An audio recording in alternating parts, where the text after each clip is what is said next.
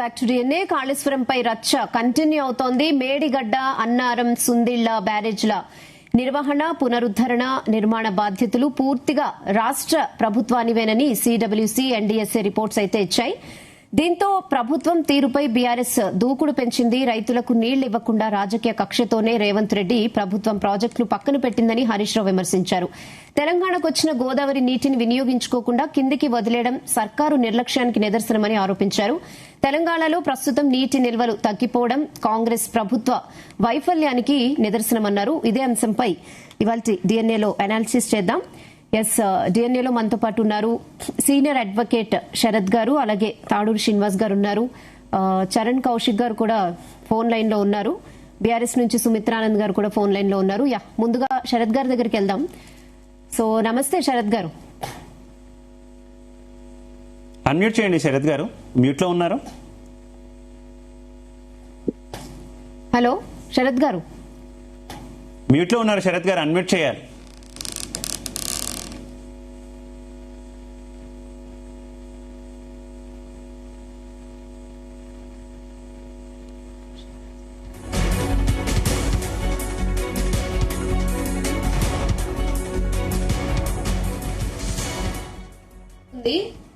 మీ voice రావట్లేదు.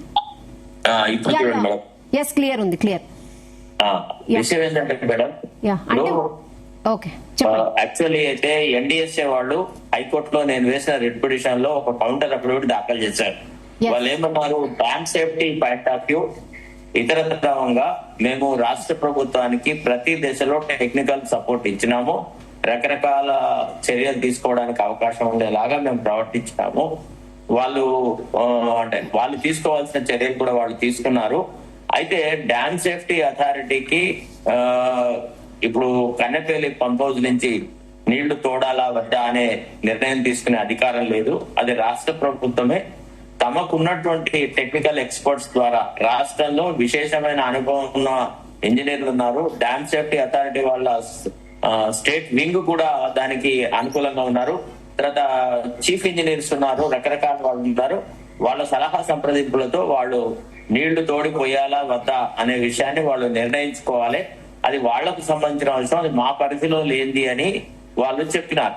So ఈ దశలో ఒక పిటిషనర్ గా నేను what I propose to do is, మేము హైకోర్టులో మళ్ళీ ఇంకొక అనుబంధ పిటిషన్ వేసేసి, now that the dam safety authority says that the state government is capable of taking a decision అని, the project can be operated if the state government has got a will అనేటువంటి మాట మాట్లాడినది. కాబట్టి what is the stand of the government, మీరు మీ అభిప్రాయం చెప్పండి. మీరు కాళేశ్వరం ప్రాజెక్టు విషయంలో కూడా ఎన్డీసీ అథారిటీ వాళ్ళు ఇచ్చిన అడ్వైజరీని ఏ మేరకు పాటించినారు, ఏ మేరకు రిపేర్ వరకు చేసినారు, ఇప్పుడు as on today what is the status of this Sundilla and other barrages, can they be partially operated or not, are you willing to operate or not, what exactly your position అనేది చెప్పాలి అని రాష్ట్ర ప్రభుత్వం యొక్క stand కోసమని ఇంకొక అనుబంధ petition వేయాలన్న ఆలోచనలో నేనున్నానండి. అది నేను మొదటిగా ఆలోచిస్తుంది. రెండోది ఏంటంటే, కోర్టు నుంచి ఒక అడ్వైస్, ఒక రకమైనటువంటి ఒక ఆదేశం ఏమని, ఇప్పుడు రాష్ట్రంలో వాతావరణం ఇంత ఘోరంగా ఉన్నప్పుడు విశ్రాంత ఇంజనీర్లు వాళ్ళు కూడా చాలా మంచి నిష్ణాతులు, వాళ్ళు పార్షియల్ గా వాడొచ్చు అని మనము ప్రాజెక్టుని వాడొచ్చు అని చెప్పిన తర్వాత అసలు మీరు వాళ్లతో ఎందుకు సంప్రదింపులు జరపట్లేదు? ఒకసారి విశ్రాంత ఇంజనీర్లతో, తర్వాత మిగతా టెక్నికల్ స్టాఫ్ ఎవరైతే ఎక్స్పర్ట్స్ ఉన్నారో వాళ్ళందరితో ఒక మీటింగ్ పెట్టి, you take a decision, either way operation చేయగలము, చేయలేము, కాళేశ్వరం ప్రాజెక్ట్ వాడతాము, వాడము అనేటువంటి ఒక విధాన నిర్ణయం ఏర్పరచండి. అందుకు అనుకూలంగా మొదట ఈ టెక్నికల్ ఎక్స్పర్ట్స్ తో ఒక మీటింగ్ పెట్టండి అని ఈ రెండు అనుబంధ పిటిషన్లు వేయాలన్నటువంటి ఆలోచనలో నేను ఉన్నానండి. అంటే నా ఆలోచన అది. ఇప్పుడు ఏదో ఒక చోట విషయం తెగాల, ప్రజలకు అర్థం కావాలా. ఇప్పటి వరకు ప్రభుత్వం ఎంతసేపు, అంటే ప్రభుత్వం అని అనడం కంటే ముఖ్యమంత్రి రేవంత్ రెడ్డి గారే కాళేశ్వరం కూలేశ్వరం అనేటువంటి ఒక అంశాన్ని ప్రతిసారి చెప్తూ అసలు ప్రాజెక్ట్ రిపేర్ వర్క్ల విషయంలో ఏ రకమైన చర్యలు తీసుకోలేదు. వాళ్ళు కౌంటర్ అఫిడవిట్ లో ఏం చెప్తున్నారంటే, యాక్చువల్లీ మేము వాళ్ళకి జూలై 24 లోపల డ్యామ్స్ ని రిపేర్ చేయడానికి, వాటిని మళ్ళీ రీయూజబుల్ గా చేయడానికి మేము అడ్వైజర్స్ ఇచ్చినాము అనేటువంటి మాట మాట్లాడినారు. మరి జూలై 24 అయిపోయింది, 25 అయిపోయింది, 26 కూడా అయిపోయింది. అంటే దాదాపుగా 3 years గడిచిపోయింది. మరి వీళ్ళు తీసుకున్న చర్యలు ఏంది? ఏ మేరకు వీళ్ళు రిపేర్ వర్క్ చేశారు? అసలు రిపేర్ చేయాలన్నటువంటి ఉద్దేశం వీళ్ళకు ఉందా లేదా? అసలు ఏ మేరకు రిపేర్ అవసరము, దానికి ఎంత ఫైనాన్షియల్ ఎలకేషన్ అవసరము, ఏ రకమైన రిపేర్ వర్క్ చేయాల్సిన అవసరం ఉంటుంది అనే దాని మీద రాష్ట్ర ప్రభుత్వానికి ఏదైనా క్లారిటీ ఆఫ్ థాట్ ఉందా లేదా అనే విషయం కూడా బహిర్గతం కావాలని అన్నప్పుడు రాష్ట్ర ప్రభుత్వం తమ స్టాండ్ ని హైకోర్టులో చెప్పేలాగా హైకోర్టును మనం వేడుకోవడం తప్ప ఇతరత్రంగా లేదు. ఒకటేంటంటే అసలు రాష్ట్రంలో ప్రభుత్వమే లేదు. గత వారం రోజులుగా ఓన్లీ కొండా సురేఖ చుట్టే రాష్ట్ర ప్రభుత్వం అంతా తిరుగుతోంది. ముఖ్యమంత్రికి సమయం లేదు, ఇరిగేషన్ మినిస్టర్ కు సంబంధం లేదు, ఎవరికి కూడా సమయం లేదు. అసలు ఈ విషయం మీద ముఖ్యమంత్రి నిమ్మకు నీరెత్తినట్టుగా ఉన్నాడు. ముఖ్యమంత్రి ఎంతసేపు ఫ్యూచర్ సిటీ అని. అంటే మీ ఎఫర్ట్స్ వల్ల ఇప్పుడు రిపోర్ట్స్ వచ్చాయి శరత్ గారు. ఒక రైతు రోల్ కూడా మీరు ప్లే చేశారు, ఒక సీనియర్ అడ్వకేట్ గా ఉండి కూడా దీని మీద మీరు నిరంతరం కృషి చేస్తున్నారు. దానికి హ్యాట్స్ ఆఫ్. సో ఇప్పుడు రిపోర్ట్స్ వచ్చిన తర్వాత కూడా గవర్నమెంట్ ఎందుకు తాత్సారం చేస్తుందంటే ఇప్పటికైనా సరే రిపోర్ట్స్ అయితే చాలా క్లియర్ గా చెప్తున్నాయి. అన్నారం సుందిళ్ల సేఫ్ అని చెప్తున్నారు.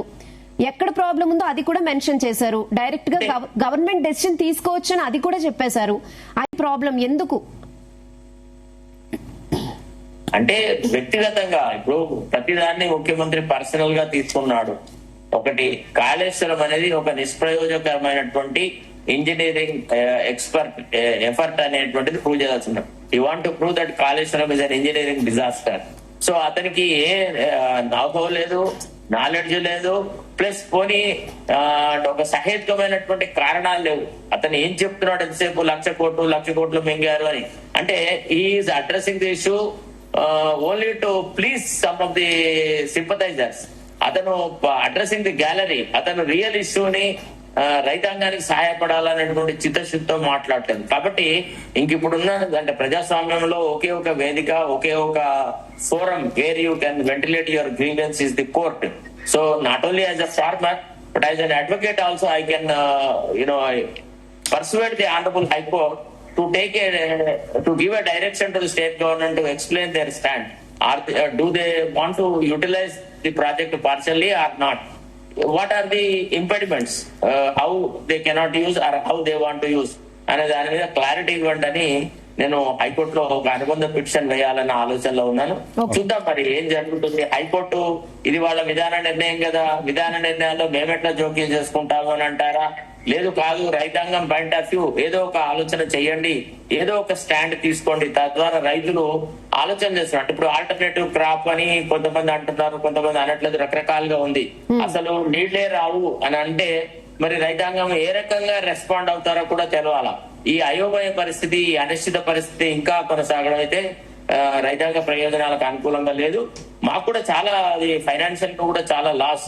ఇప్పుడు ఇన్పుట్ సబ్సిడీ ఇచ్చారా, వాళ్ళు ఏం చేస్తున్నారు? రైతు భరోసా ఇచ్చినారు. దాన్ని ఏం చేసుకోండి రైతు భరోసా? ఏ రకంగా అది వాడుకోబడ్డది ఇన్పుట్ సబ్సిడీని? ఇప్పుడు చాలా వర్షాభావ పరిస్థితి. ఇప్పుడు నేను already I'm in my village, నేను మా ఊరి నుంచే మాట్లాడుతున్నాను. ఎండాకాలంలో వాతావరణం ఎట్లా ఉందో ఇప్పుడు అట్లనే ఉంది. ఒక్క చిరుకు కూడా వర్షం పడట్లేదు. మరి ఈ దశలో రైతులను ఆదుకునే నాదుడు లేడా? ఈ ఓన్లీ రాజకీయ పబ్బాలు గడుపుకోవడం, కొండా సురేఖనే రాష్ట్ర అంశంగా ఇంకెంతకాలం కొనసాగుతుందని కూడా చూడాల్సిన అవసరం ఉంది. బీజేపీ నుంచి వేణుగోపాల్ రెడ్డి గారు జాయిన్ అయ్యారు. అలాగే గోవర్ధన్ గారు ఉన్నారు, ఇరిగేషన్ ఎక్స్పర్ట్. అలాగే సుంకే రవిశంకర్ గారు ఉన్నారు.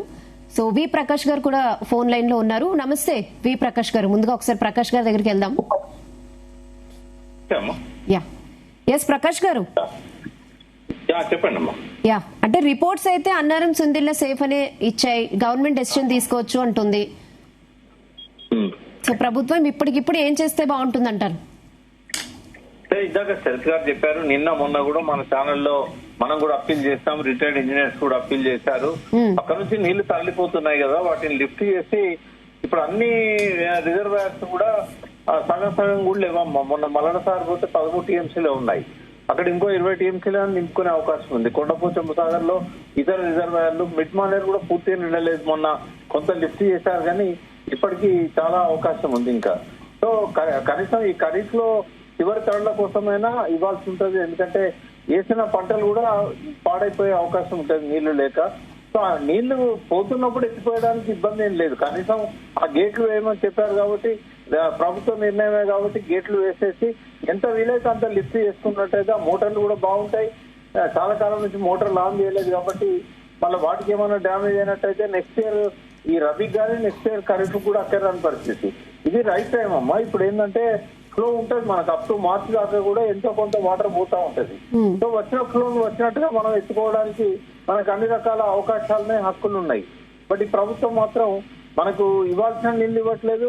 ఈవెన్ కృష్ణాలో కూడా మన హక్కులను కాపాడట్లేదు. మరి ఈ ప్రాంతాలలో ఉన్న ప్రజలంతా కూడా కాంగ్రెస్ నే గెలిపించారు.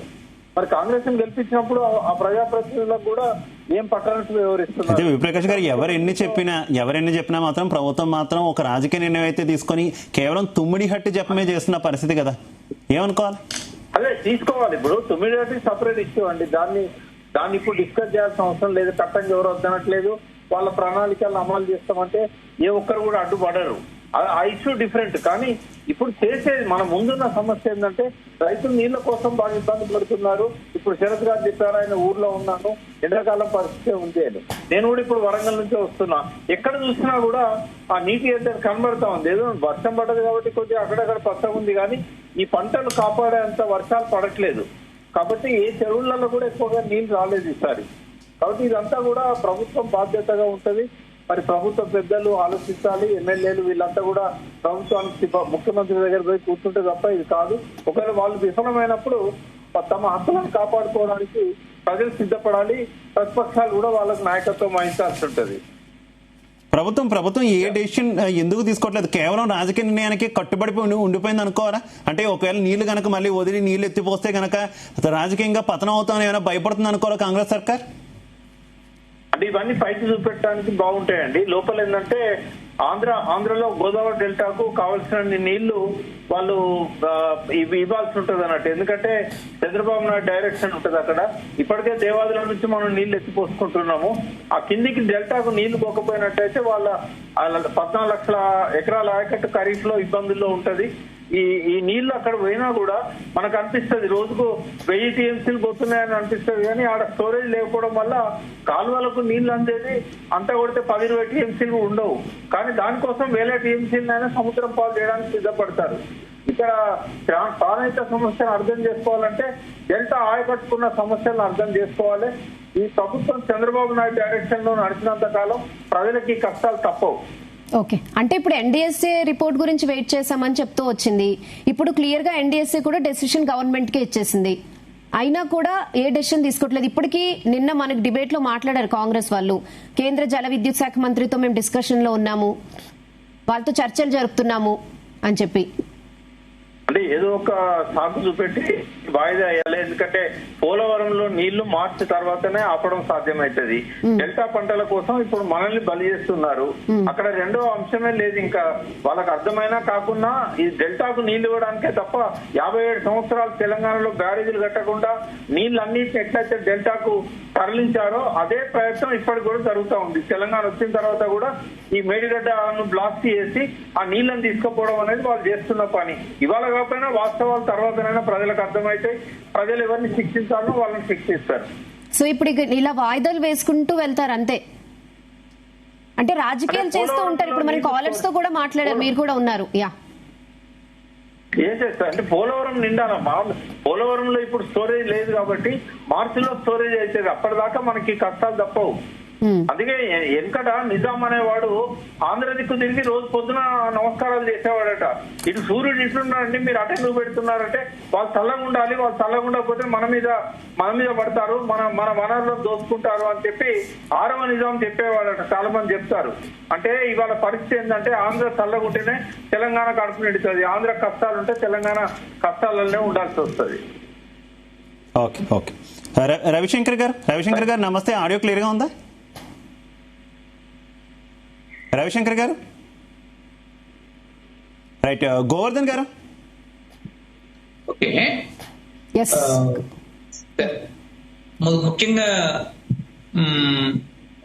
33 నెలలు అయినప్పటికీ కూడా కాంగ్రెస్ ప్రభుత్వం మేడిగడ్డ, అన్నారం, సుందిళ్ల బ్యారేజీల భవిష్యత్తు నిర్మాణానికి పునర్నిర్మాణానికి సంబంధించి నేషనల్ డ్యామ్ సేఫ్టీ నివేదిక ప్రకారం అత్యంత ప్రశ్నార్థకమైనప్పటికీ కూడా వాటిని రిపేర్ చేయకపోవడము అత్యంత దారుణమైనటువంటి విషయము. రెండవది, దీనికి ప్రత్యామ్నాయంగా ఏదైతే మేడిగడ్డ కుంగిపోయినప్పుడు మిగతా 2 బ్యారేజీల్లో అత్యంత తీవ్రమైనటువంటి పునాదిలో తీవ్ర సమస్యలు తలెత్తినప్పుడు దీనికి ప్రత్యామ్నాయంగా మేము తుమ్మిడిహెట్టి దగ్గర ప్రాణహిత ప్రాజెక్టు కడతామని చెప్పేసి ఈ రోజుకి 33 నెలలు అయినప్పటికీ కూడా తట్టమట్టి ఎత్తకపోవడం అనేది అత్యంత దుర్మార్గమైనటువంటి విషయం.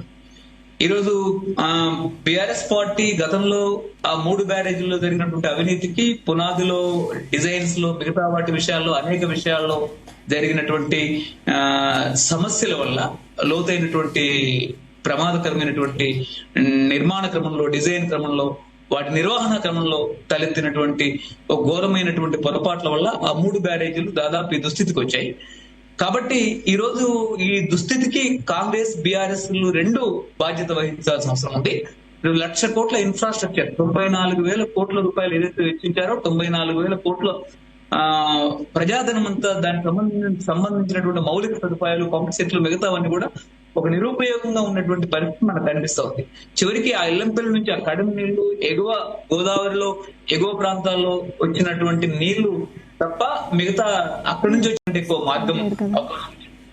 ఇక్కడ ఎన్డీఎస్ఏ రిపోర్ట్ కు హైకోర్టులో అది కౌంటర్ వేసినటువంటి దానికి సంబంధించి ఇందాక శరత్ గారు చెప్పారు. పత్రికల్లో వచ్చినటువంటి విషయాలను కూడా చూస్తే వాళ్ళు పెద్దగా కామెంట్ చేయలే. అంటే మేము ఇదివరకే మొదటి నివేదికలో కానీ, 2వ నివేదికలో కానీ మేమంతా చెప్పి ఉన్నాము. ఇది దాదాపు ఇది 2వ నివేదిక. ఇది 2వ నివేదిక 325 పేజీలు ఉంటుంది. దీనిలో దాదాపు అంతా చెప్పేశారు. మేము కొత్తగా ఏం చెప్పేదేం లేదు దీంట్లో. అంటే రాజకీయ నాయకుల్లాగా, మిగతా వాళ్ళలాగా, కొద్దిమంది లాగా కొన్ని వైజ్ఞానిక సంస్థలు ఎప్పుడూ ఒకసారి రిపోర్ట్ ఇచ్చిన తర్వాత దాన్ని మార్చుకోవడం అంటూ పెద్దగా చేయవు. వాళ్ళు ఏ స్టాండ్కి అయితే గత సంవత్సర కాలం క్రితం, గత 2 సంవత్సరాల కాలం క్రితం మొదటి 2వ నివేదికల్లో ఇచ్చినటువంటి కీలకమైనటువంటి విషయాలకే కట్టుబడి ఉన్నారు. అదే వాళ్ళు హైకోర్టులో కూడా వాళ్ళు చాలా క్లియర్ గా చెప్పారు. శరత్ గారు చెప్తుంది, పత్రికల్లో వస్తుంది కూడా అదే విషయము. కాబట్టి ఇక్కడ రాష్ట్ర ప్రభుత్వం అంటే వాళ్ళు ఏం చెప్పారు చివరికి అంటే, మేము దీనిపైన చెప్పవలసింది ఏం లేదు, మేము అంతా చెప్పుకున్నాం. ఇందులో ఉన్నటువంటి అత్యంత ప్రమాదకరమైనటువంటి విషయం మేడిగడ్డ 7వ బ్లాక్ ను మొత్తం తొలగించాల్సిందే. మిగతా అన్నారము, సుందిల్లో కూడా ఇప్పుడు వస్తున్నట్టు చాలా మంది చెప్తున్నట్టు అవి సేఫ్ అని చెప్తున్నారు. సేఫ్ కాదు. అన్నారం, సుందిలలో కూడా అడుగున చాలా ఉన్నాయి. ఇప్పుడు నా దగ్గర చదవడానికి ఇది సమయము, దానికంత మనకి ఈ చర్చలో అంత నిడివి లేదు. కాబట్టి అన్నారం, సుందిలలో కూడా చాలా తీవ్రమైనటువంటి సమస్యలు ఉన్నాయి. అండ్ అక్కడ నుంచి వీటన్నిటి కనుక 3 బ్యారేజీలను కనుక తిరిగి ఉపయోగించడం కనుక చేసినట్టయితే, నీటి నిల్వ చేసినట్లయితే, వాటి నుంచి తిరిగి ఎత్తిపోతలు వెనక్కు ఎల్లంపల్లికి ఎత్తిపోసినట్టయితే, ఆ 3 బ్యారేజీల్లో ఉండేటువంటి పునాది అడుగు భాగంలో కానీ, రాఫ్ట్ లో కానీ, ఇంకా సీపేజ్ విషయాల్లో కానీ, మిగతా విషయాలన్నింటిలో కూడా విపరీతంగా పెరిగే అవకాశం ఉంది. నా దగ్గర డీటెయిల్స్ కూడా చాలా ఉన్నాయి. అంటే కొన్ని వేల క్యూబిక్ మీటర్ల గ్రౌటింగ్ చేశారండి. అన్నారంలో కొన్ని వేల క్యూబిక్ మీటర్లు చేశారు, సుందిలలో చేశారు, మేడిగడ్డలో చేశారు. చాలా ఘోరమైనటువంటి విషయం ఏంటి అంటే polyurethane grouting, cement grouting, chemical grouting. NDSA national dam safety authority అనేక భూగర్భానికి సంబంధించినటువంటి అనేక ఏజెన్సీలు చాలా ఎన్డీఎస్ఏ వెలుగులో, టీడబ్ల్యూసీ వెలుగులో చేయాలని చెప్పినప్పటికీ రేవంత్ రెడ్డి గవర్నమెంట్, ఉత్తమ్ కుమార్ రెడ్డి గారి నీటిపారుదల శాఖ వచ్చిన తర్వాత ఈ గవర్నమెంట్ లో కూడా ఎన్డీఎస్ఏ గైడ్ లైన్స్ కు పూర్తి భిన్నంగా కొన్ని వేల క్యూబిక్ మీటర్ల గ్రౌటింగ్ దానిలో చేయడం జరిగింది. ఈ గ్రౌటింగ్ వల్ల అన్నారం, మేడిగడ్డ, సుందిల అడుగు భాగంలో ఉండేటటువంటి లోతుల్లో ఉండేటటువంటి క్యావిటీస్ ఏవైతే ఉన్నాయో, లార్జ్ క్యావిటీస్, చాలా పెద్ద క్యావిటీస్ ఏవైతే ఉన్నాయో, మాకు ఆధారాలు లేకుండా, సాక్ష్యాలు లేకుండా పోయింది అని చెప్పేసి కూడా చెప్పింది. ఆ విధంగా రేవంత్ రెడ్డి గవర్నమెంట్ తెలంగాణ నీటిపారుదల శాఖ దీనిలో పనిచేస్తున్నటువంటి కాంగ్రెస్ నీటిపారుదల శాఖలో పనిచేస్తున్నటువంటి ఇంజనీర్లు కూడా నాటి బీఆర్ఎస్ గవర్నమెంట్ అప్పుడు జరిగినటువంటి ఘోరమైనటువంటి పునాదిలో జరిగినటువంటి అత్యంత ఘోరమైనటువంటి తప్పులు ఏవైతే ఉన్నాయో వాళ్ళకి బ్రహ్మాండంగా ఇంకా తోడ్పడ్డట్టు చేసినట్టు కూడా national dam safety authority report final report లో చెప్పడం జరిగింది.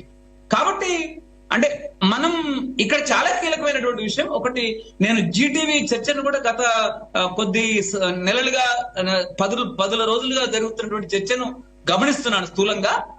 ఇక్కడ ఒక ముఖ్యమైనటువంటి విషయం వస్తుంది, అంటే కింద మన నీళ్లు ఇప్పుడు మల్లన్న సాగర్ ఒక 50 టీఎంసీలు, కొండపోచమ్మ ఒక 15 టీఎంసీలు, గంధమల్ల ఒక 11 టీఎంసీలు, ఇలా రంగనాయక సాగర్ ఇవన్నీ ఇంకా చాలా రిజర్వాయింగ్ కెపాసిటీస్ ఉన్నాయి.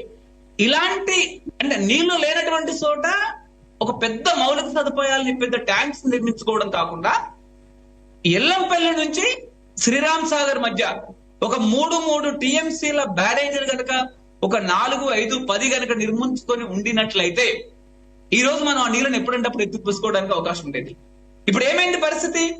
కడెం నుంచి ఎల్లంపల్లి ఎగువ నుంచి సుమారు జూలై చివరి 2-3 రోజుల్లో 27 నుంచి జూలై 27 నుంచి 30 వరకు కురిసినటువంటి వర్షాల్లో కడెం నుంచి వచ్చినటువంటి 1,60,000 క్యూసెక్కుల నీళ్లు సుమారు ఒక రోజున్నర 2 రోజులు వచ్చాయండి. తర్వాత ఎల్లంపల్లి ఎగువ నుంచి సుమారు 5 నుంచి 6 లక్షల క్యూసెక్కుల నీళ్లు ఒక 3-4 రోజులు వచ్చాయి. దాదాపు ఆ 3-4 రోజుల్లో మనకు 50 టీఎంసీలు సముద్రంలో కలిసినాయండి. 50 టీఎంసీలు సముద్రంలో కలిసాయి. ఆ నీళ్ళని మెడిగడ్డ నుంచి ఎత్తిపోవడం సాధ్యం కాదు, అన్నారం నుంచి ఎత్తిపోవడం సాధ్యం కాదు, సుందిల నుంచి ఎత్తిపోవడం హైలీ ఇంపాసిబుల్. ఆ నీళ్ళని మనం గుట్టి ప్రాజెక్టు నిర్మించినట్టయితే కేసీఆర్ చెప్పినట్టు, అంతకుముందు వైఎస్ఆర్ హామీ ఇచ్చినట్టు, లేకపోతే అనేక మంది చెప్పినట్టు ఒక 8 టీఎంసీల బ్యారేజ్ ప్రాజెక్టు కుట్టిలో జస్ట్ ఎంత ఒక 1000 కోట్లే. ఆ రోజు రాజశేఖర రెడ్డి దాని ప్రకారం 700 కోట్లు. ఈ రోజు ఇప్పుడున్నటువంటి ఎస్ఎస్ఆర్ రేట్స్ ప్రకారం అది 1100-1200 కోట్ల కంటే ఎక్కువ రాదు. రెండవది ఎల్లంపల్లి నుంచి ఎగువన భరత్ గారు కూడా ఒక చర్చలో నాకు గుర్తుంది అన్నారు, ఎల్లంపల్లిలో ఒక 50 టీఎంసీలు పెంచుకోవడం, ఎల్లంపల్లిని 50 టీఎంసీలు పెంచుకోవడం సాధ్యం కాదు. కానీ ఎల్లంపల్లి ఎగువన టిఆర్ మంత్రావు గారు అన్నట్టు, టిఆర్ మంత్రావు గారు బతుకున్న కాలంలో షేక్ అండ్ బ్యారేజెస్ అంటే 2-3 టీఎంసీలు అంటే బ్యారేజీలు హెడ్ బాగా పెరిగి మళ్ళీ కూలిపోయే విధంగా కాకుండా భూగర్భంలో ఉన్నటువంటి అనేక విషయాలను లోతుగా పరిశీలించి 3 టీఎంసీలకు మించకుండా ఒక 5-6 లేకపోతే అక్కడ ఉండేటటువంటి పరిస్థితిని బట్టి షేక్ హ్యాండ్ అంటే ఈ నీళ్లు మళ్ళీ వెనక బ్యారేజ్ లో ఉండేటటువంటి స్పిల్వేను తగిలే విధంగా ఒక 7-8 బ్యారేజీలు కనుక కట్టుకుంటే 3-21 అలా దాదాపుగా 20-30 టీఎంసీల నీళ్లు మనకు అక్కడ నిల్వ ఉండడానికి అవకాశం ఉండేది. అదే విధంగా మల్లన్న సాగర్. గోవర్ధన్ గారు, అంటే మీరు ఒక ఇరిగేషన్ ఎక్స్పర్ట్ గా ఇప్పుడున్న సిచ్యువేషన్ లో ప్రభుత్వం ఇప్పుడు సిడబ్ల్యూపీఆర్ రిపోర్ట్ గానీ ఎన్డీఎస్ఏ రిపోర్ట్స్ గానీ వచ్చాయి కాబట్టి గవర్నమెంట్ ఏ డెసిషన్ తీసుకోవచ్చు అని చెప్పింది కాబట్టి ఇప్పుడున్న సిచ్యువేషన్ లో ఏం చేస్తే బెటర్ తక్షణం? ఎందుకంటే నీళ్ల కోసం తిప్పలైతే రాకూడదు, సాగు విషయంలో అయినా తాగునీటి విషయంలో అయినా. సో ఒక ఇరిగేషన్ ఎక్స్పర్ట్ గా మీరు ఏం చెప్తారు? నేను నీటిపారుదల శాఖ ఎక్స్పర్ట్ ని కాదు, నీటిపారుదల శాఖ విశ్లేషకుడిని. నీటిపారుదల రంగంలో జరుగుతున్నటువంటి ఘోరమైన అన్యాయాల్ని, అంతులేని దోపిడీని తట్టుకోలేక ఈ నీటిపారుదల రంగంలో ఉన్నటువంటి విషయాన్ని జనరంజకంగా ప్రజలకు విశ్లేషించాలనే ఉద్దేశంతో నేను వచ్చిన వాడిని. ఇక్కడ చాలా కీలకమైన విషయం ఏంటంటే ఆ తుమ్మిడేటి నుంచి ఎల్లంపల్లి ఒకటే, నేను అక్కడికే వస్తున్నాను. తుమ్మిడేటి దగ్గర నుంచి ఎల్లంపల్లి వరకు మల్లన్న సాగర్ లో 50 టీఎంసీలు, కొండపోచమ్మలో 15 టీఎంసీలు కాకుండా అక్కడ ఒక మన హనుమంతరావు గారు, టిఎన్ హనుమంతరావు గారు బతుకున్న కాలంలో అన్నారు. తర్వాత కేసీఆర్ కి హరీష్ రావు గారు కూడా వారింటికి పిలిచి చెప్పారు, వారింటికే వెళ్ళారు హనుమంతరావు గారింటికి. సుమారు ఒక 40-50 టీఎంసీల డ్యామ్ పొడుగుతా ఎలాంటి ఎత్తిపోతలు లేకుండా అక్కడికి నీళ్లు తీసుకురావడానికి కూడా అవకాశం ఉండేది. నిన్నేదో మాట్లాడుతూ చాలా మంది తుమ్మిడేటి నుంచి ఒక 3 ఎత్తిపోతలు పెట్టాల్సి వస్తుందని చెప్తున్నారు. తుమ్మిడేటి నుంచి 3 ఎత్తిపోతలు అక్కర్లేదండి. తుమ్మిడేటి నుంచి మైలారం వరకు గ్రావిటీలో వస్తాయి. మైలారం నుంచి 19 మీటర్ల ఎత్తిపోతలు మాత్రమే పెట్టాలి. 9 ఎత్తిపోయాల్సినటువంటి ఎత్తు కేవలం 48 మీటర్లు మాత్రమే. అదే మేడిగడ్డ అన్నారం నుంచి ఎల్లంపల్లికి రావడానికి నీళ్లు 128 మీటర్ల ఎత్తిపోయాల్సి ఉంటుంది. ఇక్కడ చాలా ఇప్పటికిప్పుడు మనం ఏం చేయొచ్చు అంటే చాలా కీలకమైనటువంటి విషయం. మన ఇప్పటికిప్పుడు మనం చాలా ప్రాంతాల్లో ఇప్పుడు మనకు ఇంకో 2-3 నెలల వర్షపాతం ఉంది కాబట్టి వీలైనంత మేరకు ఎల్లంపల్లికి వచ్చినటువంటి వాటర్ ని మనం ఇక్కడికి ఎత్తిపోసుకోవడం ఒకటి. రెండవది వీలైనంత మేరకు కుమ్మిడేటి నిర్మాణం వేగం చేయడం. మూడవది స్టోర్ వాటర్ కాన్సెప్ట్. వర్షపు నీరుని ప్రకాష్ గారు ఇక్కడ మన ముందున్నారు మన చర్చలో. ప్రకాష్ గారు వాటర్ షెడ్ విభాగానికి 10 ఏళ్ల పాటు వారు హెడ్ గా ఉన్నారు, చైర్మన్ గా ఉన్నారు. అలాంటి వాటర్ షెడ్ అంటే రెయిన్ వాటర్ ని ఉపరితల నీరు, భూగర్భ నీరు, రెండవది భూమిలో తేమ, ఈ 4 పద్ధతుల్లో చతుర్విధ జల ప్రక్రియ ప్రకారం గొట్టిగారిపల్లి, పూర్వ మెదక్ జిల్లా, కేసీఆర్ జిల్లా, దాని ప్రకారం ఇప్పటికిప్పుడు మన నెల రోజుల్లో యుద్ధ ప్రాతిపదికన ఎక్కడికెక్కడ మనం ప్రయత్నం చేసిన తుమ్మల నాగేశ్వరరావు గారు అంటున్నారు, అనసూయ గారు అంటున్నారు. ఇది చిత్తశుద్ధితో ఈరోజు హైదరాబాద్ పట్టణాల్లో కానీ గ్రామాల్లో కానీ రైతుల పొలాల్లో కానీ ఏమాత్రం నష్టం లేకుండా 4 వాటర్ కాన్సెప్ట్ ని అమలు చేయడం అనేది అత్యంత సుస్థిరమైన విషయం. ఓకే గోవర్ధన్ గారు, డిస్కస్ చేద్దాం. మిగిలిన గెస్టులు కూడా ఉన్నారు. వేణుగోపాల్ రెడ్డి గారు నమస్తే. నమస్తే చెప్పండి. మీరేం చెప్తారు? బీజేపీ నుంచి ఇప్పుడు ప్రభుత్వం అయితే ఇంకా చర్చలు జరుపుతున్నాం కేంద్ర జల విద్యుత్ శాఖ మంత్రితో అంటోంది. నేను ఏమంటున్నా అంటే రోజు మాట్లాడుతున్నాం, ఇక్కడ ఎక్స్పర్ట్స్ అందరు మాట్లాడుతున్నారు. అందులో అందరూ పూర్తి వివరాలతో గత కొద్ది రోజుల నుంచి మీకు ధన్యవాదాలు. కాళేశ్వరం మీద, సాగునీటి మీద, మనకు ఉత్తర కృష్ణా గోదావరి మీద అనేక విశ్లేషణలు మన టీవీ ద్వారా చేస్తున్నాం. ప్రజలకు మెసేజ్ పోతున్నది, వాళ్ళ ఒపీనియన్ కూడా తీసుకుంటున్నారు. కానీ ఇవాళ రాష్ట్ర ప్రభుత్వం కొద్ది అంటే ఓవరాల్ గా ఏ ప్రాజెక్టు చూసినా కూడా కృష్ణా మీద కానీ గోదావరి మీద కానీ ఒక ప్రాజెక్టు పూర్తి చేసి మిని తీసుకొద్దామని కానీ ఒక లాంగ్ స్టాండింగ్ అంటే ఒక దీర్ఘకాలిక ప్రణాళిక కానీ ప్రభుత్వం దగ్గర లేదు. నెంబర్ 1 దీర్ఘకాలిక ప్రణాళిక సాగునీటి మీద లేదు. ఎందుకంటే రాజశేఖర రెడ్డి గారు 33 మొదలుపెట్టి సరే 1.5 పూర్తి చేసి కొన్ని సగం ఆ పైన కూడా వచ్చిన ప్రాజెక్టులు టిల్ టుడే ఇప్పటికీ ఇంకొన్ని ఎవరో సౌండ్ వస్తుంది కానీ ఇంకా పూర్తిగానే ఉన్నాయి. మరి అలాంటి ప్రాజెక్టులు ప్రయారిటీ బేస్ లో మరి ఈ ప్రభుత్వం పెట్టుకొని చేస్తా అంటే అది ఒకటి. రెండోది ఆన్ గోయింగ్ ప్రాజెక్టులలో ప్రధానంగా మనం కాళేశ్వరం ప్రాజెక్టు కానీ, ప్రాణహిత కానీ, గోదావరి మీద ఉన్న ఈ ప్రాజెక్టుల విషయంలో దీన్ని రిపేర్ చేయడం కానీ, కొత్త ప్రాజెక్టులకు ఇవ్వడం కానీ వాళ్ళకు లేదు. ఏమైనా కూడా వాళ్ళు ఏంటంటే ఒక మనం జూదం ఆడితే గ్యాంబ్లింగ్ చేస్తారు కదా, ఆ గ్యాంబ్లింగ్ లాగా ప్రజలు మభ్య పెడుతున్నారు. ఎట్లా మభ్య పెడుతున్నారంటే ఈ కాళేశ్వరం మీద ఒక 2 ఏళ్ళు నడిపి కమిటీ చేసి, కమిషన్ వేసి, అది వేసి, అసెంబ్లీలో పెట్టి బేడీలు వేస్తామని ఇవి అనేది నడిపి కాంట్రాక్టర్ను అందులో కాంట్రాక్టర్ ఎంత పెట్టుకుని అది అయిపోయింది. ఇప్పుడు దాన్ని మరిపించినందుకు నిన్న కూడా దాన్ని మరిపించినందుకు అది రిపేర్ చేయకుండా ఉండేందుకు ప్రాణహితం పట్టుకోవచ్చు. ఆ ప్రాణహితం కూడా ఏరు ఇప్పుడు, ఎందుకంటే 4th బడ్జెట్ వస్తుంది. ఆ 4th బడ్జెట్ వచ్చే వరకు అటు ఇటు అంటారు. ఆ తర్వాత లాస్ట్ బడ్జెట్ లో ఎలక్షన్ ఉంటాయి కాబట్టి దాన్ని కూడా పూర్తి చేయాలి. కాబట్టి గోదావరి మీద వీళ్ళు నీళ్ళు ఇస్తారని లేదు, ఏం లేదు. ఇంకొకటి ఇంపార్టెంట్ విషయం చెప్తున్నా నేను.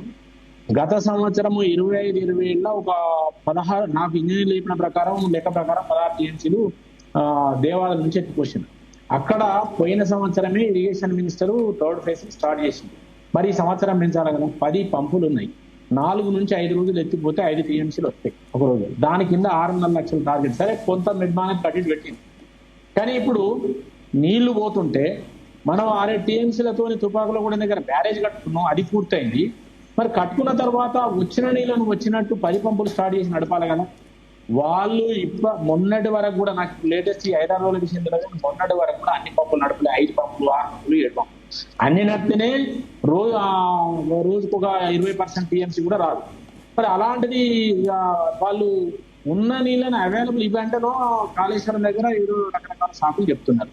కానీ అక్కడ ఏమైంది, మీరు మొత్తం నీళ్ళు ఎత్తిపోసి మీరు కుంటలు చెరువులు నింపేందుకు కానీ లేకపోతే రిజర్వాయర్లు నింపేందుకు కానీ మీకు ఏమైంది, దానికి ఏమైంది అంటే దానికి జవాబు లేదు.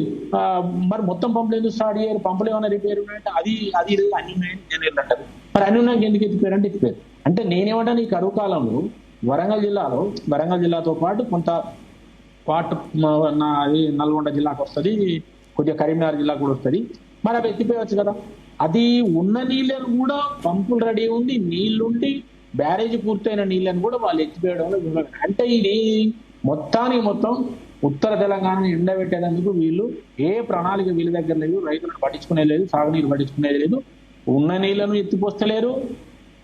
ఖరాబ్ అయిన ప్రాజెక్టును రిపేర్, అది చెడిపోయిన ప్రాజెక్టును రిపేర్ చేస్తలేరు. ఈ రిపేర్ తప్పించుకునేందుకు కాలయాపన చేసి ఇప్పుడు మళ్ళీ కొత్త డ్రామా ఏంటంటే ప్రాణహితం మొదలుపెట్టారు. అది కూడా వాళ్ళు చేయరు. కాబట్టి ఈ రకంగా గోదావరి నీళ్లను యూటిలైజ్ చేసుకునే క్రమంలో ఉన్న ప్రాజెక్టులను, ఆన్గోయింగ్ ప్రాజెక్టులను కానీ ఉన్న ప్రయత్నం కానీ ఉపయోగించుకోవడంలో ఈ ప్రభుత్వానికి ఏమాత్రం లేదు. ఎందుకంటే మనం డెమోక్రసీలో 5 ఏళ్ళు ఉన్న పీరియడ్. వాస్తవం ఇప్పుడు ఎన్నికలు పెట్టినా కాంగ్రెస్కి ఎక్కడ ఉత్తర తెలంగాణ డివైడర్ అసలు. కానీ ఇప్పుడు మనం ఏం చేస్తాం, మనం ఇప్పుడు ఆ ప్రభుత్వం ఇంత నిర్లక్ష్యం. అయితే వేణుగోపాల్ గారు ఇందాక విప్రకాష్ గారు మాట్లాడింది మీరు విన్నారు. కేవలం ఆంధ్రాకి నీళ్లు పంపించేందుకు మాత్రమే తెలంగాణ ప్రయోజనాలను ఈ రకంగా తాకట్టు పెట్టారనేది ఆయన ఆరోపణ. ఒప్పుకుంటారు, అంగీకరిస్తారు అందరూ?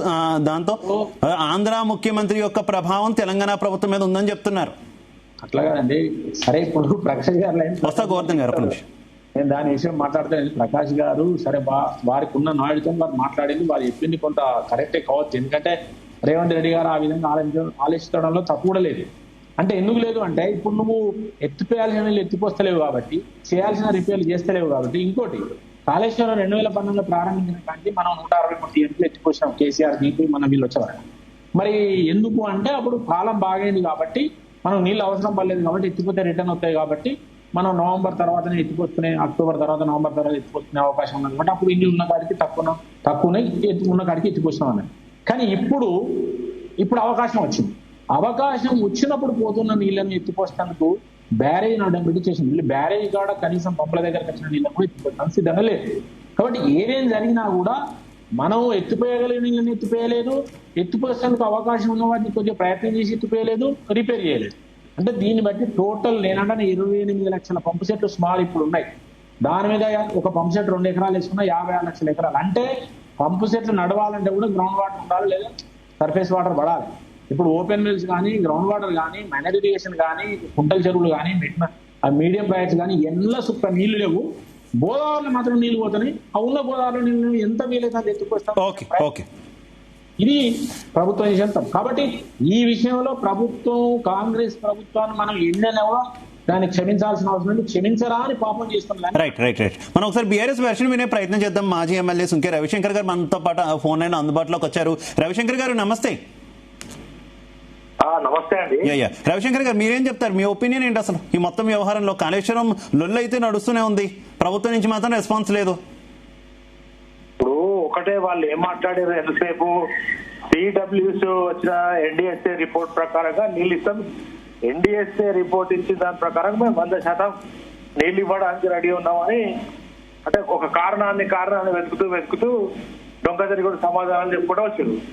ఇవాళ సిడబ్ల్యూసీ చెప్పింది, ఎన్డీఎస్ఏ చెప్పింది, నీళ్ళు ఇవ్వచ్చని చెప్పింది, అది ప్రభుత్వాన్ని బాధ్యత అని చెప్పిన తర్వాత కూడా ఇవాళ మళ్ళీ కేసీఆర్ గారు కేడ పేరు వస్తుంది, లేకపోతే గురువు గారు ఉన్నారు కదా చంద్రబాబు నాయుడు గారు, ఆ చంద్రబాబు నాయుడు గారు ఎక్కువ పొందాలి, ఆయనకు నీళ్లు ఇవ్వాలి. ఆయన నీళ్లు ఇవ్వాలంటే ఇక్కడ వ్యవస్థను నడుపుకోవాలి. తెలంగాణకు తీరని జలద్రోహం చేసిన ఇక్కడ సపోర్ట్ చేసేవాళ్ళు ఉన్నా కూడా వాళ్ళని ఎదిరిస్తాం, ఏదో మాట్లాడతాం అనేటువంటి తప్ప, ఆయన గురువు కళ్ళల్లో ఆనందాన్ని చూడాలంటే తప్ప, తెలంగాణ ఇవాళ మళ్ళీ తెలంగాణ ద్రోహిగా ఇవాళ రేవంత్ రెడ్డి చేస్తున్నటువంటి వ్యవహారం మనకు కళ్ళ నిండా కనబడతా ఉంది. ఇవాళ తెలంగాణ ప్రజలందరూ కూడా జీ న్యూస్ వాళ్ళు చెప్తున్నటువంటి ఏదైతే కాళేశ్వరం ప్రాజెక్టు గత కొన్ని వారాలుగా నెలలుగా జరుపుతున్నటువంటి దీన్ని ప్రతి ఒక్కరు కూడా తెలంగాణ ప్రాంతం వల్లే కాదు దేశంలో ప్రపంచంలో ఉన్న వాళ్ళందరూ కూడా గమనిస్తా ఉన్నారు. వాళ్ళకు ఒకటే, కేసీఆర్ గారికి దీని మీద పేరు రావద్దు, నీళ్ళు ఇయ్యం. మనం మాట్లాడినప్పుడు విజయరామనారావు గారు కావచ్చు, ఇంకా కాంగ్రెస్ నాయకులు ఎవరు మాట్లాడినా కూడా నీళ్లు ఇయ్యమనే చెప్తున్నారు తప్ప నీళ్లు ఇస్తాం అవసరాన్ని బట్టి మళ్ళీ ఎన్డీఎస్ఏ కారణాన్ని చెప్పడం, ఇంకో కారణం చెప్పడం తప్ప వేరే వాళ్ళకు లేదు. వాళ్ళు ఇచ్చే ఉద్దేశం కూడా వాళ్ళకి లేనట్టే ఉన్నది. అయినా కూడా తెలంగాణ ప్రజల పక్షాన పోరాడతాం. కేటీఆర్ గారు స్వయంగా వారి నేతృత్వంలో ఇవాళ కన్నపల్లి ద్వారా నీళ్ళని విడుదల నిన్న మొన్నటి వరకు అసలు కాళేశ్వరంతో సంబంధం లేకుండానే మేము తెలంగాణని వరి పండించడంలో దేశంలోనే అగ్రగామి రాష్ట్రంగా నిలబెట్టామంటూ కూడా చెప్పుకొచ్చినటువంటి పరిస్థితి. రెండు మీరు చేస్తున్నటువంటి విమర్శలు ఆంధ్రాకి నీళ్లకు సంబంధించి అసలు బీఆర్ఎస్ ప్రభుత్వం ఉన్నప్పుడే పట్టిసీమ ప్రాజెక్టు నిర్మించారు. ఆ తర్వాత కూడా అప్పటి నుంచి కూడా నీళ్లు తరలిస్తున్నటువంటి పరిస్థితి. ఇప్పుడు ఏం కొత్తగా తరలిస్తున్న పరిస్థితి ఏం కాదు కదా అనేది వారు వివరిస్తున్నటువంటి సిచ్యువేషన్. ఏం చెప్తారు ఈ రెండింటికి సంబంధించి?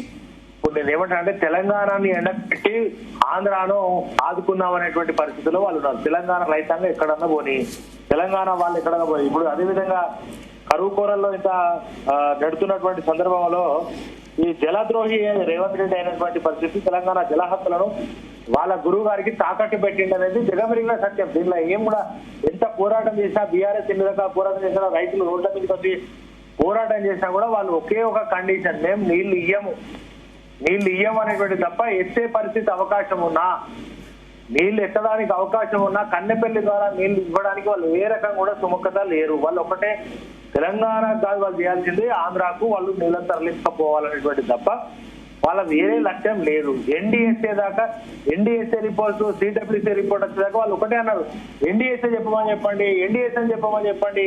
ఈ డిబేట్లలో నేను 3 సార్లు, ఇది 4వసారి.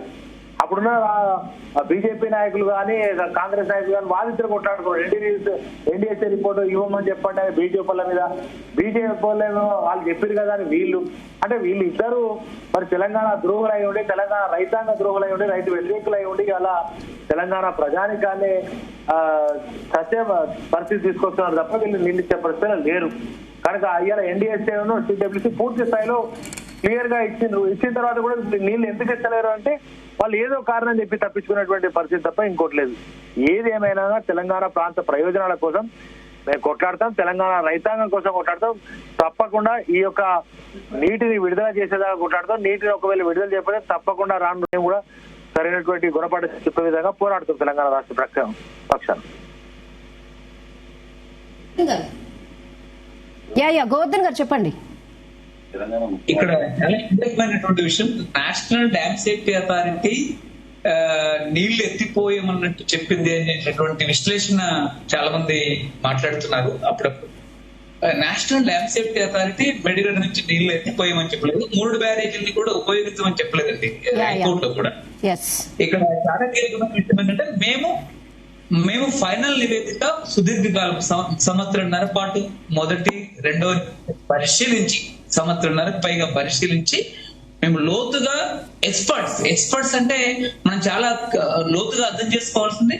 నేషనల్ డ్యామ్ సేఫ్టీ అథారిటీలో ఉన్నటువంటి వాళ్ళు భూగర్భానికి సంబంధించినటువంటి చాలా top experts, world class experts. ఇలా చాలా మంది ఇంజనీర్లు మాట్లాడుతుంటే అక్కడ చెత్తిపోయొచ్చు అది అని చెప్పేసి మాట్లాడుతున్నారు, అది వాస్తవం కాదు. హైకోర్టులో వేసినటువంటి పిటిషన్ మేము మా నివేదికకి, మా 365 పేజీల నివేదిక గవర్నమెంట్ డెసిషన్ తీసుకోవచ్చు అనేది చెప్పింది కదా మేడం. నేను అక్కడికి వస్తున్నాను. గవర్నమెంట్ మా నివేదికపై ఆధారపడి మీరు ఏదైనా నిర్ణయం తీసుకోండి. మీరు రాజకీయ నాయకులు మిగతా వాళ్ళు, మీ రాజకీయ నాయకులు స్టాండ్ మార్చుకున్నట్టు, వైఖరులు మార్చుకున్నట్టు మేము మార్చుకోలేమన్నది సారాంశం, చాలా కీలకమైనటువంటి విషయం. కాబట్టి సిగ్నల్ చర్చలలో వెళ్ళడం కాదు. ఇక్కడ మరొక విషయం ఏంటంటే గోదావరి నీళ్ల పార్టీ 9.5 ఏళ్ల పాటు అధికారంలో ఉన్నప్పుడు కూడా చాలా తీవ్రమైన అది ఎత్తిపోతుంది 162 టీఎంసీలు. అందులో 64 టీఎంసీలు కిందికి పోయినాయి, 92 టీఎంసీలు వాళ్ళకి పోసారు. ఒక కొద్ది కాలం పాటు మొత్తం మేడిగడ్డ అన్నారం నుంచి ఎగువ వరకు ఒక 5 రోజుల పాటు, 6 రోజుల పాటు కేసీఆర్ గారు ముఖ్యమంత్రిగా ఉన్న సమయంలో ఫుల్ స్కేల్ లో లిఫ్టులు నడిపి సుమారు 7,500 మెగావాట్ల నుంచి సుమారు 11,900 మెగావాట్ల బిల్లు వచ్చిందండి. మొత్తం రాష్ట్రంలో ఉన్నటువంటి టోటల్ కన్జంప్షన్. ఆ విధంగా వారం రోజుల్లో ఎత్తిపోతలను ఆపేయాలని చెప్పేసి ఇంటర్నల్ సర్క్యులేషన్ ఇచ్చారు, సర్క్యులర్ ఇచ్చారు. ఈ రోజు కాంగ్రెస్ ప్రభుత్వం కూడా ఎత్తిపోసేటటువంటి సందర్భంలో, లిఫ్టులను వినియోగించుకునే సందర్భంలో మొత్తం ఓవరాల్ విద్యుత్ కెపాసిటీ మిగతా వాటికి సంబంధించి కూడా చూస్తుందేమో అనేది నాకు కొద్దిగా స్పష్టత లేదు. ఇక్కడ మరొకటి, గోదావరి నుంచి నీళ్లు కిందికి పోయినటువంటి విషయానికి సంబంధించి పోలవరానికి సంబంధించి పునాది అన్నారం, మేడిగడ్డ, సుందిళ్ల కంటే అత్యంత ఘోరంగా ఉంది. దాని గురించి ఇప్పుడు మాట్లాడడానికి మనకు సమయం లేదు. పోలవరం నిర్మాణం అయిన తర్వాత దానిలో నీళ్లు నిలపడం సాధ్యం కాదు, అక్కడ నుంచి బనకచెర్లకు నీళ్లు తీసుకోవడం సాధ్యం కాదు. పోలవరంకే మనుగడ లేదు. కాబట్టి పోలవరానికి నీళ్లు తీసుకెళ్తున్నారు. కొంతమంది కాలర్స్ కూడా ఉన్నారు గోవర్ధన్ గారు ఈ విషయంపై మాట్లాడడానికి. మనతో ధర్మాయిపేట నుంచి కృష్ణారెడ్డి గారు ఉన్నారు. నమస్తే కృష్ణారెడ్డి గారు. నమస్కారం మేడం. మాట్లాడండి. ఛానల్ ఉన్న అందరికి ధన్యవాదాలు, మరి జీ న్యూస్ కూడా ధన్యవాదాలు. ఓకే, మాట్లాడండి కృష్ణారెడ్డి గారు. మేడం ఛానల్ అందరికి నమస్కారం. టీవీ చూస్తూ మాట్లాడకండి, డైరెక్ట్ గా ఏం చెప్పాలనుకున్నారో చెప్పండి. ఎన్డీఎస్ఏ వారి రిపోర్ట్ ప్రకారం కాళేశ్వరం సేఫ్ గా ఉందన్నారు. సిందిల్లా అన్నారం కూడా సేఫ్ గా ఉందన్నారు. మొన్నటి దాకా వీళ్ళందరూ ఏమన్నారంటే కాళేశ్వరం కూలేశ్వరం అని అన్నారు. దాన్ని ఇవాళ ఎన్డీఎస్ఏ రిపోర్ట్ రావాలని అది వారి దాకా నీళ్ళు ఎత్తిపోయేమన్న అన్నోళ్లకు ఈ రోజు ఎన్డీఎస్ఏ రిపోర్టు వాళ్ళకు చెంపదెబ్బగా రిపోర్ట్ ఇచ్చారు. ఇప్పటికైనా తెలంగాణ రైతులు మేలు కోరి ఇప్పటికైనా ఇప్పుడు ఇంకా నెల రోజులు ఉంది వర్షాకాలం, ఒక్కొక్క సుక్కను వడిచిపెట్టి అన్ని ప్రాజెక్టు నీళ్లు రైతులకు ఇవ్వాలని మేము తెలంగాణ రైతుల తరఫున కోరుతున్నాం. ఈ కొంతమంది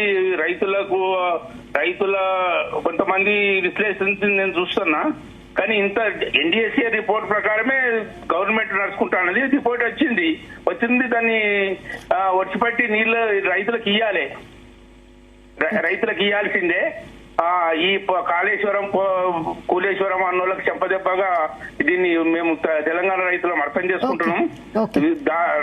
రానున్న రోజుల్లో తెలంగాణ రైతులు గట్టిగా ఈ ప్రభుత్వానికి బుద్ధి చెప్పేందుకు తయారున్నాం. ఇంకా ఈ ఎలక్షన్ వల్ల ఈ గడ్డి దింపుడు ఉంటుంది. ఓకే కృష్ణారెడ్డి గారు, థ్యాంక్ యూ. గోవర్ధన్ గారు ఏమైనా చెప్పాలనుకున్నారా? తెలంగాణ రైతులు గతంలో బీఆర్ఎస్ ప్రభుత్వానికి బుద్ధి చెప్పినట్టే కాంగ్రెస్ ప్రభుత్వానికి కూడా బుద్ధి చెప్తారు. ఇప్పటికిప్పుడు ఎన్నికలు పెడితే వీళ్ళకి 10 సీట్లు కూడా.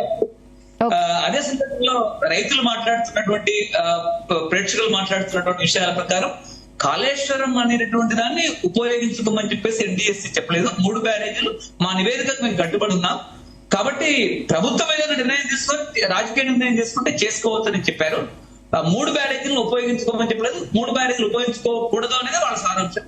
ఇక్కడ చాలా కీలకమైనటువంటి విషయం, భావోద్వేగాలకి ప్రపంచంలో ఉండే తెలుగు ప్రజలు శ్రోతలు భావోద్వేగాలకు గురి కావడం కాకుండా ఈ ఎల్నైనో కరువు పరిస్థితులు ఈ సంవత్సరమే కాదు ఇంకా చాలా సంవత్సరాల పాటు కొనసాగే అవకాశం ఉంది. అదృష్టవశాత్తు కేసీఆర్ పీరియడ్ లో 9.5 ఏళ్ళు మనకు రాలేదు, ఇప్పుడు మళ్ళీ మనకు వచ్చింది. ఈ సమయంలో కరువు ఎంత తీవ్రంగా ఎంత ఘోరంగా ఉంది అంటే దాదాపు ప్రపంచవ్యాప్తంగా స్పెయిన్ తగలబడిపోతుంది, ఫ్రాన్స్ తగలబడిపోతుంది, గ్రీస్ తగలబడిపోతుంది, కాలిఫోర్నియా తగలబడిపోతుంది, కెనడా తగలబడిపోతుంది. మన దగ్గర తెలంగాణకు ఆంధ్రప్రదేశ్ కి భారతదేశానికి వచ్చేసరికి తీవ్ర కరువు ఛాయలున్నాయి. ఈ సమయంలో ఎత్తిపోతలు మాత్రమే తెలంగాణకు భవిష్యత్తు కాదు.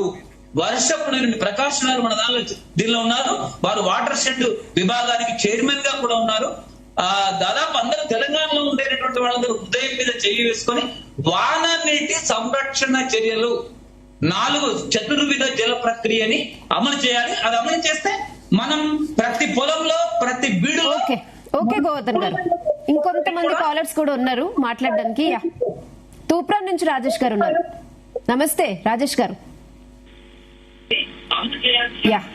ఇంకో కాలర్ ఉన్నారు ఏలూరు నుంచి రాజశేఖర్ గారు. రాజశేఖర్ గారు నమస్తే. రాజశేఖర్ గారు మాట్లాడండి. మేడం, మాది ఆంధ్ర నుంచి మాట్లాడుతున్నాం అండి. మాట్లాడండి. మీ డిబేట్ లాస్ట్ మంత్ నుంచి నేను ఫాలో అవుతున్నాను. ఓకే. ఏం లేదు, మేము ఒక రైతుగా అక్కడ కాళేశ్వరం నుంచి యాజ్ పాసిబుల్ ప్రకారం నీళ్లు ఇవ్వగలిగితే ఇవ్వాలి. అది ఆ విషయంలో మేము కూడా రైతులు ప్రస్తుతం ఎల్నీలో పరిస్థితిలో ఉన్న రైతు ఇబ్బంది పడుతున్నాడు కాబట్టి తెలంగాణ ముఖ్యమంత్రి రేవంత్ రెడ్డి గారు అక్కడ పాసిబిలిటీ చూసి ఇవ్వగలిగితే అది ప్రజలకే అర్థమయ్యేలా, ఒకవేళ ఇవ్వలేని పరిస్థితి ఉంటే ప్రజలకే అర్థమయ్యేలా చెప్పాలి. కానీ ఆయన అది చెప్పకుండా మోనోపాలిగా వ్యవహరించడంతో విషయం ఎలా ఉంది. రెండోది ఏంటంటే ఇప్పటికి కూడా తెలంగాణ ఆంధ్ర డివిజన్ అయిపోయింది. వాళ్ళ బతుకులు వాళ్ళు, ఆంధ్ర వాళ్ళు ఆ బతుకు ఆంధ్ర వాళ్ళు. ఇప్పుడు కొంతమంది ఆంధ్ర కోసం నీళ్లు కిందకు వదిలేస్తున్నారంటే మాకు గోదావరి డెల్టాలో ఇప్పటికే అట్ ప్రెసెంట్ కూడా ధవళేశ్వరం నుంచి సముద్రంలోకి వాటర్ వదులుతున్నారు. మాకు ఇంకా అటు నుంచి వచ్చే వాటర్ ఇక్కడ మాకు ఇటు శబరి, తాలిపేరు, కిన్నెరసాని, ఛత్తీస్గఢ్ ఇటు నుంచి వచ్చిన వాటరే మాకు ఆపకుండా ధవళేశ్వరం దగ్గర లేక సముద్రంలోకి వదులుతున్నాం. వాళ్ళ వాటర్ వాళ్ళు ఇప్పుడు 1,00,000 టీఎంసీ వస్తుంది అంటున్నారు అక్కడి నుంచి. 1,00,000 క్యూసెక్స్. వాళ్ళు ఎత్తగలిగేది 22,000 క్యూసెక్స్ రోజుకి. వాళ్ళు ఎత్తుకున్నా ఇంక 80,000 కిందకు వదలాలి. కానీ మాకు ఇప్పటికే ధవళేశ్వరం నుంచి రోజు ఇప్పటికే కనీసం 2,00,000 క్యూసెక్స్, 1,00,000 క్యూసెక్స్, మొన్న అయితే సుమారు 8-8 లక్షల క్యూసెక్స్ కూడా సముద్రంలోకి వదిలేదు. కానీ వాళ్ళ ప్రాబ్లం వాళ్ళు చూసుకోండి, మేము కాదనట్లా. కానీ ఇప్పుడు కూడా ఇంకా భావోద్వేగాలు రెచ్చగొట్టి, ఇంకా తెలంగాణ పేరు చెప్పి ఆంధ్ర మీద భావోద్వేగాలు రెచ్చగొట్టి ఇంకా ఎందుకు ఈ రాజకీయం చేస్తున్నారు మాకైతే అర్థం కావట్లా. గోదావరి డెల్టాకి వచ్చి మాకు అటు పైనుంచి వచ్చే నీళ్లు కంటే ఇటు తాలిపేరు, కిన్నెరసాని. మీరు మాట్లాడిన దాని మీద ఇరిగేషన్ అనాలిస్ట్ మాట్లాడతానంటున్నారు గోవర్ధన్ గారు. మాట్లాడండి గోవర్ధన్ గారు. ఏలూరు నుంచి మాట్లాడుతున్నటువంటి మిత్రుడి ప్రకారం, రాజశేఖర్ ప్రకారం వాస్తవంగా ఈ సమయంలో మనం భావోద్వేగాలు రెచ్చగొట్టవలసిన అవసరం లేదు. తెలంగాణ భూభాగం ప్రకారం, తెలంగాణ గోదావరి నది స్వభావం ప్రకారం, ఆంధ్రాలో ఉన్నటువంటి గోదావరి నది స్వభావం ప్రకారం నీళ్లు ఎన్ని ఎత్తిపోతలు పెట్టినా, ఎన్ని నీళ్లు ఆపుకోవడానికి ఎక్కడ ప్రయత్నం చేసినప్పుడు కూడా సముద్రంలోకి వెళ్లాల్సినటువంటి నీళ్లు వెళ్తాయండి. దాన్ని వెళ్లకుండా మనం అక్కడికి కిందికి అది అనివార్యంగా వెళ్తున్నాయి. రెండో, దాన్ని వెళ్లకుండా కేసీఆర్ ప్రభుత్వంలో జరిగినటువంటి ఒక ఘోరమైన తప్పు ఏంటంటే, నీరు ఉన్నటువంటి ఉమ్మడి ఆదిలాబాద్ జిల్లా గోదావరి తీర ప్రాంతంలో, గోదావరి ఉపనదుల ప్రాంతంలో మౌలిక సదుపాయాలైనటువంటి బ్యారేజీలని, ప్రాజెక్టులను కట్టకుండా మల్లన్న సాగర్ ఎగువ ప్రాంతంలో కింద నుంచి నీళ్లు వస్తే తప్ప మల్లన్న సాగర్ చుక్క నీళ్లు ఉండవండి. కింద నుంచి నీళ్లు వస్తే తప్ప కొండపోయి కింద గోదావరిలో ఒక 40, 50, 70, 100 టీఎంసీల వరకు అక్కడ బ్యారేజీలు కనుక నిర్మించుకొని ఉన్నట్లయితే ఈ దుస్థితి ఇక్కడ రాపోయేది. రెండవది, పోలవరానికి సంబంధించినటువంటి, కాళేశ్వరానికి సంబంధించినటువంటి సిమిలర్ సిచ్యువేషన్, ఒకే రకమైనటువంటి పరిస్థితి ఏంటి అంటే, పోలవరం పునాదులు బాగలేవు, పోలవరం కూడా భవిష్యత్తులో చాలా ప్రమాదం. నేను ప్రాంతీయ దృక్పథం నుంచి మాట్లాడడం లేదు, అయితే ఎక్స్పర్ట్ గా, అయితే నీటిపారుదల విశ్లేషకుడిగా కాళేశ్వరం పునాదులు ఎంత ఘోరంగా ఉన్నాయో 3 బ్యారేజీలు ఉపయోగించుకోవడానికి, అక్కడి నుంచి నీళ్లు ఎత్తిపోయడానికి అసాధ్యము. తెలంగాణ కాంగ్రెస్ గవర్నమెంట్ ఈ రోజు నిర్ణయం తీసుకోకుండా ఉండడానికి ప్రధానమైనటువంటి కారణం ఎన్డీఎస్ఏ నీళ్లు అని చెప్పేసి నివేదిక సారాంశము. అది చాలా కీలకం. రైట్, మనకి మరో కాలర్ రెడీగా ఉన్నారు. రాజాకాంత్ గారు జహీరాబాద్ నుంచి కాల్ చేస్తున్నారు. రాజాకాంత్ గారు నమస్తే, మాట్లాడండి. నమస్తే సార్. నమస్తే. మాది జహీరాబాద్ మండల్, జహీరాబాద్ కాన్స్టిట్యూన్సీ, సత్వార్ గ్రామం సార్. చెప్పండి. సార్, సత్వార్ గ్రామంలో 860 ఎకరాలు వక్ఫ్ బోర్డ్ అని వచ్చింది సార్. ప్లీజ్ చెప్పండి, మీరు ఏం చెప్పాలనుకుంటున్నారు నేరుగా చెప్పండి ప్లీజ్. అయితే సార్, ఇప్పుడు మా నాయనల నుంచి భూమి వచ్చింది 2001లో గెజెట్ తీసిండు గారు ఫరీద్ ఉన్నప్పుడు, ఫరీద్ మినిస్టర్. క్షమించాలి రాజాకాంత్ గారు, మన టాపిక్ ఇప్పుడు అది కాదు. మనం కాళేశ్వరం ప్రాజెక్టుకు సంబంధించి మాట్లాడుతున్నాము. వక్ఫ్ బోర్డుకు సంబంధించినటువంటి వ్యవహారంలో మనం ఖచ్చితంగా కూడా మీ వాయిస్ ను కూడా జీ తెలుగు న్యూస్ తీసుకునే ప్రయత్నం చేస్తుంది. మనకి మరో కాలర్ రెడీగా ఉన్నారు. రామకొండ నుంచి రవీందర్ గారు రెడీగా ఉన్నారు. రవీందర్ గారు. ప్యానల్ అందరికి పెద్దలందరికి నమస్కారం సార్. ఇప్పుడు ఈ కాళేశ్వరం ప్రాజెక్టు గురించి ఇప్పుడు నీళ్లు ఎత్తిపోయడం గురించి డిబేట్ పెడుతున్నారు, చాలా సంతోషం సార్. ఇక్కడ హలో చెప్పండి, కంటిన్యూ సార్. ఇప్పుడు మనసుంటే మార్గం ఉంటది అన్నట్టుగా ప్రభుత్వానికి ఎత్తిపోసే మనసే లేదు సార్. ఎంతమంది ఎక్స్పర్ట్స్ ఎన్ని విధాలుగా చెప్పినా కూడా ప్రభుత్వం ఒక రాజకీయ డెసిషన్ తీసుకున్నది ఎత్తిపోయొద్దు అనేది. అయితే ఇప్పటి వరకు వీళ్ళు రాజకీయంగానో లేకపోతే కక్షపూరితంగానో నీళ్లు ఎత్తిపోయలేదు. సరే, ఎన్డీఎస్ఏ మీద ఏదో నిపం నెట్టి ఉన్నారు. ఇప్పుడు ఎన్డీఎస్ఏ వాళ్ళు కూడా వాళ్ళొక సజెషన్ చెప్పారు. అట్లాగే సిడబ్ల్యూపిఆర్ఎస్ వాళ్ళు కూడా వాళ్ళొక నివేదిక ఇచ్చారు. అన్ని ప్రాజెక్టులు దాదాపుగా 99% క్వాలిటీ పరంగా సేఫ్ గా ఉన్నాయని. ఇప్పుడు ప్రభుత్వానికి ఒక ఆప్షన్ దొరికింది. ఎన్ని రోజులంటే రాజకీయంగా ఎత్తిపోయలేదు అనుకున్నా కూడా ఇప్పుడు వీళ్ళకి ఒక ఆప్షన్ దొరికింది ఎత్తిపోయడానికి. ఎందుకు అంటే ప్రజలకు చెప్పడానికి కూడా ఒక ఆప్షన్ దొరికింది. ఇన్ని రోజులు అంటే మేము ఎత్తిపోయలేదు, మా దగ్గర ఎలాంటి ఆధారాలు లేవు, కానీ ఇప్పుడు ఎన్డీఎస్ఏ వాళ్ళు కూడా ఒక మాకు సలహా ఇచ్చారు. అట్లాగే CWPRS వాళ్ళు కూడా మాకు ఒక నివేదిక ఇచ్చారు. వీటి ఆధారంగానైనా ఇక్కడ నుండైనా మేము ఎత్తుకుంటాము అని ఒక ముందడుగు వేయడానికి వీళ్ళకి ఒక ఆప్షన్ దొరికింది. ఈ ఆప్షన్ అయినా కనీసం ప్రభుత్వం ఉపయోగించుకోవాలని నా విన్నపం. ఇక రెండవది ఏంటంటే, ఇప్పుడు నైనాల గోవర్ధన్ సార్ కూడా చాలా సార్లు చెప్తున్నారు, ఒకటే అతని వర్షన్ అంతా ఒకటే ఉంది. ఆయన ఒకడు ఇరిగేషన్ డిపార్ట్మెంట్ లో ఆయన విశ్లేషకుడే కావచ్చు, లేకపోతే ఎక్స్పర్టే కావచ్చు. అతను ఏంటంటే ఎన్నిసార్లు గత చరిత్రనే చెప్తున్నాడు, కానీ ఇప్పుడు ఉన్న ఎమర్జెన్సీ సిచ్యువేషన్ లో ఏం చేయాలి, యాజ్ ఏ ఇరిగేషన్ ఎక్స్పర్ట్ గా ఏం చేయాలి, మనకేందంటే ఒక ఇరిగేషన్ విశ్లేషకులైనా కానీ ఎవరైనా ఎక్స్పర్ట్స్ అయినా కానీ మనకు ఆల్రెడీ ఎల్నినో వస్తుంది, మన భారతదేశం మీద తెలంగాణ మీద ఎఫెక్ట్ ఉంటుందని గత 5-6 నెలల నుండి మనకు ఇన్ఫర్మేషన్ ఉంది. యాజ్ ఏ విశ్లేషకుడుగా, యాజ్ ఏ ఇరిగేషన్ ఎక్స్పర్ట్ గా మీ తరపున ప్రభుత్వానికి మీరు ముందస్తు ఏమైనా ఇన్ఫర్మేషన్ కానీ మీ సలహాలు కానీ యాజ్ ఏ ఇరిగేషన్ ఎక్స్పర్ట్ గా మీ వంతు బాధ్యతను మీరు ఏం చేశారు? ఎందుకంటే విశ్లేషణలు అంటే ఏదో నెపం నెట్టడం కానీ వేరే వాళ్ళ మీద కానీ రాద్ధాంతం చేయడం కాదు కదా. ఏమైనా క్రైసిస్ రాబోతుంది వచ్చింది అంటే దానికి ప్రత్యామ్నాయం చూపాలి. ఇప్పుడున్న పరిస్థితుల్లో గత చరిత్ర మాకు అవసరం లేదు. మాకు కావాల్సింది రైతులకు ఏ విధంగా నీళ్లు ఇవ్వాలో మీ సలహాలు ఇవ్వండి. యాజ్ ఏ ఎక్స్పర్ట్ గా మీ ఎక్స్పర్టీజ్ మీరు ఇందులో చూపించండి. ఎంతసేపు అది అవినీతి జరిగిందా జరగలేదు ఎవరు నిర్ధారించడం ఇప్పటి వరకు, కానీ మాటి మాటికి మీరు అవినీతి అవినీతి అవినీతి దాన్ని నిర్ధారించింది ఎవరు అవినీతి జరిగిందని? ఇంతవరకు ఎవరు నిర్ధారించలేదు అవినీతి జరిగిందని. కానీ ఎంతసేపటికి తుమ్మిడిహట్టి సాధ్యం కాదని నిరూపితం అవుతున్నది ఇప్పటి వరకు. అందుకొరకే కాంగ్రెస్ ప్రభుత్వం ఏం చేయలేకపోతుంది తుమ్మిడిహట్టి విషయంలో. ఇప్పుడు ఏం జరిగింది తెలంగాణ రాష్ట్రంలో అంటే ప్రజలందరికీ అర్థమైపోయింది, తుమ్మిడిహట్టి సాధ్యం కాదు కాబట్టే కేసీఆర్ ఇక్కడ మార్చాడు అని ఆల్రెడీ మెసేజ్ వెళ్ళిపోయింది ప్రజలలో. ఇంకా కూడా మళ్ళా నేను తుమ్మిడిహట్టి ప్రాంతవాసినే, కానీ అది సాధ్యం కాదు అని నిరూపితం అవుతున్నది. అందుకే కేసీఆర్ చేసింది కరెక్ట్ అని మెసేజ్ వెళ్ళిపోయింది ప్రజలలో. ఆయన వాటర్ సోర్స్ అక్కడి నుండి ఇక్కడికి మార్చింది సాధ్యం కాలేదు కాబట్టే మార్చాడు అనే మెసేజ్ ప్రజల్లో వెళ్ళిపోయింది. దాన్ని మనం ఎందుకు పరిగణలోకి తీసుకోవట్లేదు? గత నెల 15 రోజుల నుండి డిబేట్లలో ప్రతి రైతు చెప్తున్నాడు, మాకు నీళ్లు కావాలి నీళ్లు కావాలి నీళ్లు కావాలి అని. ఎంతసేపు మనం గత చరిత్రని చెప్తున్నాం. చరిత్ర తుమ్మిడిహట్టి విషయంలో ఫెయిల్ అయిపోయింది. అది కేసీఆర్ చేయలేదు, అంతకుముందు 10 సంవత్సరాలు కాంగ్రెస్ చేయలేదు, ఇప్పుడున్న 2 సంవత్సరాలు 3 సంవత్సరాలు కాంగ్రెస్ కూడా చేయలేదు. అంటే దానికి అర్థం ఏంటి? అక్కడ సాధ్యం కాకుండా చాలా దాని ఏమంటారు ప్రాబ్లమ్స్ ఉన్నాయి కాబట్టే అది జరగట్లేదు.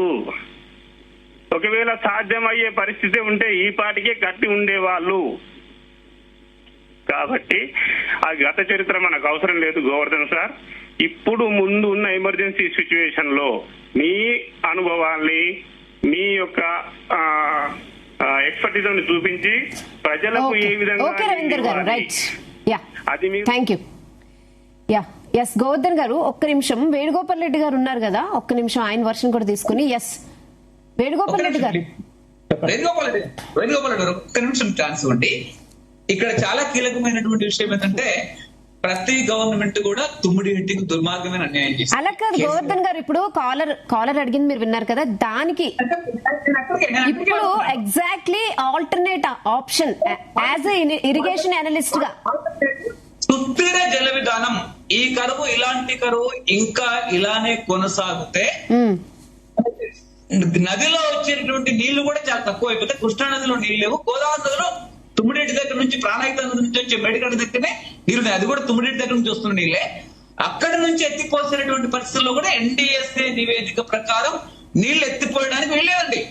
చాలా క్లియర్ ఇది. రాష్ట్రంలో ఉన్నటువంటి వాళ్ళు ఎన్డీఎస్ఏ నివేదికను చదవండి.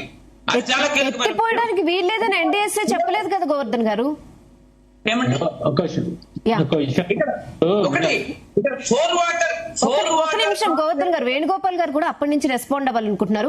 వేణుగోపాల్ గారు, కోర్ వాటర్ కాన్సెప్ట్ 4 విధాల జల ప్రక్రియను మనం నెల రోజుల్లో రైతుల పొలాల్లో అమలు చేయొచ్చు. వారం ఫుట్ లెవెల్లో నెల రోజుల్లో ప్రతి వర్షపు చుక్కను భూమిలోకి ఇంకించచ్చు, భూమిలో ఉన్న మొక్కల్ని బతికించవచ్చు. Right, okay. Venugopal Reddy garu, final గా కంక్లూడ్ చేద్దాం.